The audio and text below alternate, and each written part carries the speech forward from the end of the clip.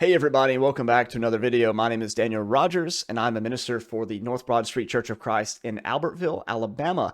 Our website is northbroad.church. My own personal blog is danielr.net. Post some articles there a couple times a week or so. Hopefully you'll go check that out, and there might be some resources on there for you to download as well, including the handouts for this Malachi class. Just go to danielr.net/Malachi. I think it's in the description below regardless. And you can go there and download the handouts for this class that you're listening to right now.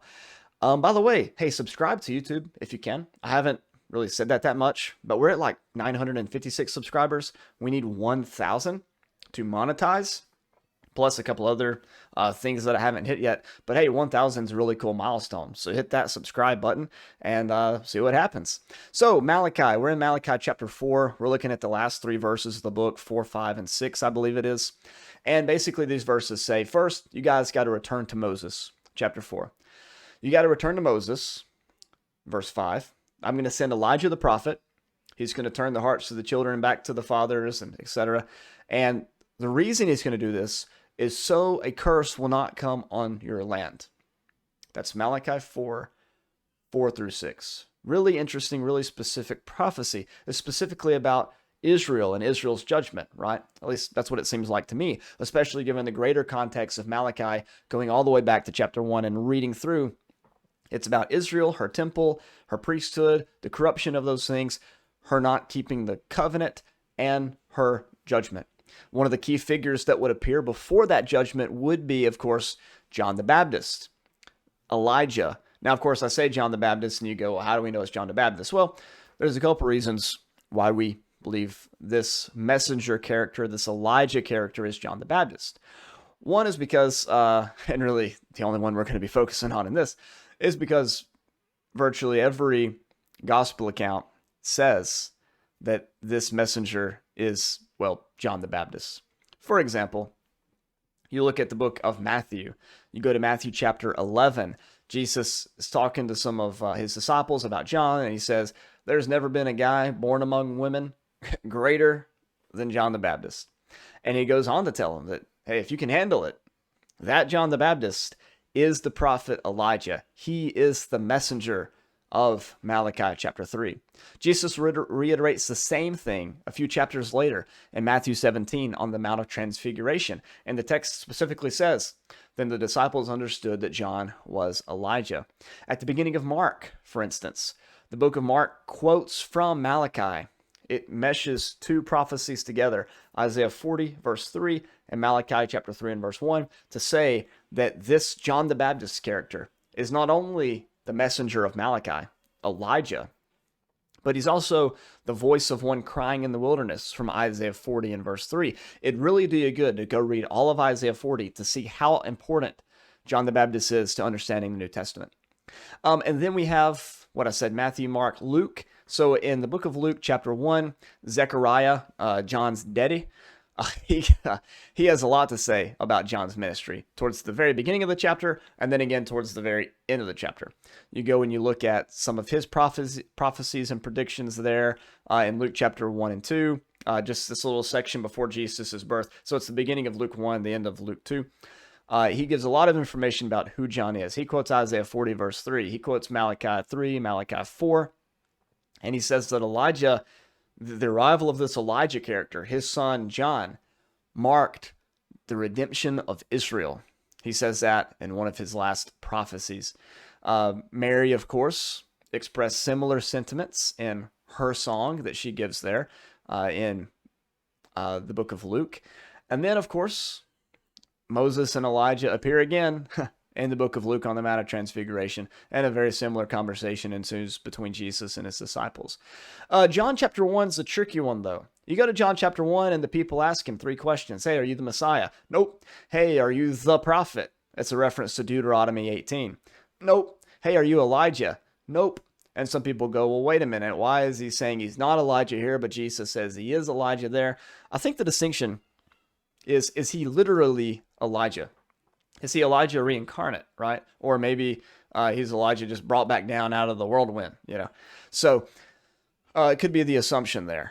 You look, however, at Luke chapter 1 when Zechariah is prophesying about John, and he says, or maybe actually, sorry, it's the angel talking to Zechariah about John. I should make that small correction. The angel says he'll come after the spirit and power of Elijah. So he's not going to literally be Elijah, but he's going to fulfill the role of Elijah, like is prophesied in Malachi 4.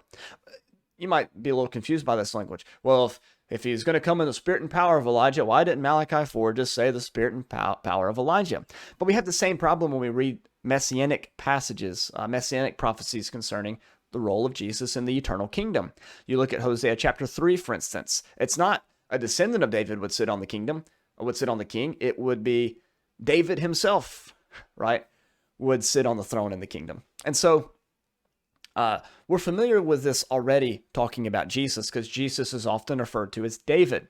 In fact, in Acts chapter 2, whenever Peter gives his sermon, and I know we're shooting through this thing pretty quick, but in Acts chapter 2, whenever Peter gives his sermon, he cites particular psalms that we would interpret as being psalms about David, and yet he clarifies this obviously couldn't be about David because David's buried and he's here today, right? We know where his grave is to this day. Which makes you wonder why David wasn't a part of those saints that were resurrected in Matthew chapter 27 to go appear to many in Jerusalem. Side point there for you.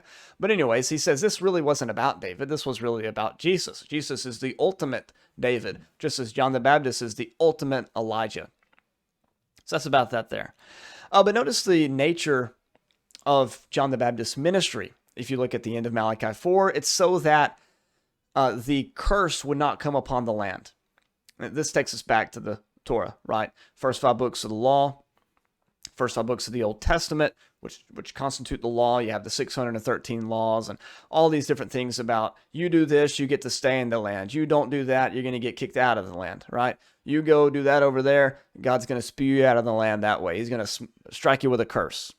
We're especially familiar with, those long lists of cursings and blessings is found in passages like Deuteronomy 28, I think, Deuteronomy 32, for instance, but also throughout the book of Leviticus. There's these lists of do this, this happens, don't do that, that happens, blessings here, cursings there. You get the picture. And so the whole point of John was to bring the people back to the law, restore them to the law. And in fact, this word restore all things is used a couple of times in the Gospels, like, for example, in Matthew chapter 17. The other one, of course, being his conversation with the disciples in Mark.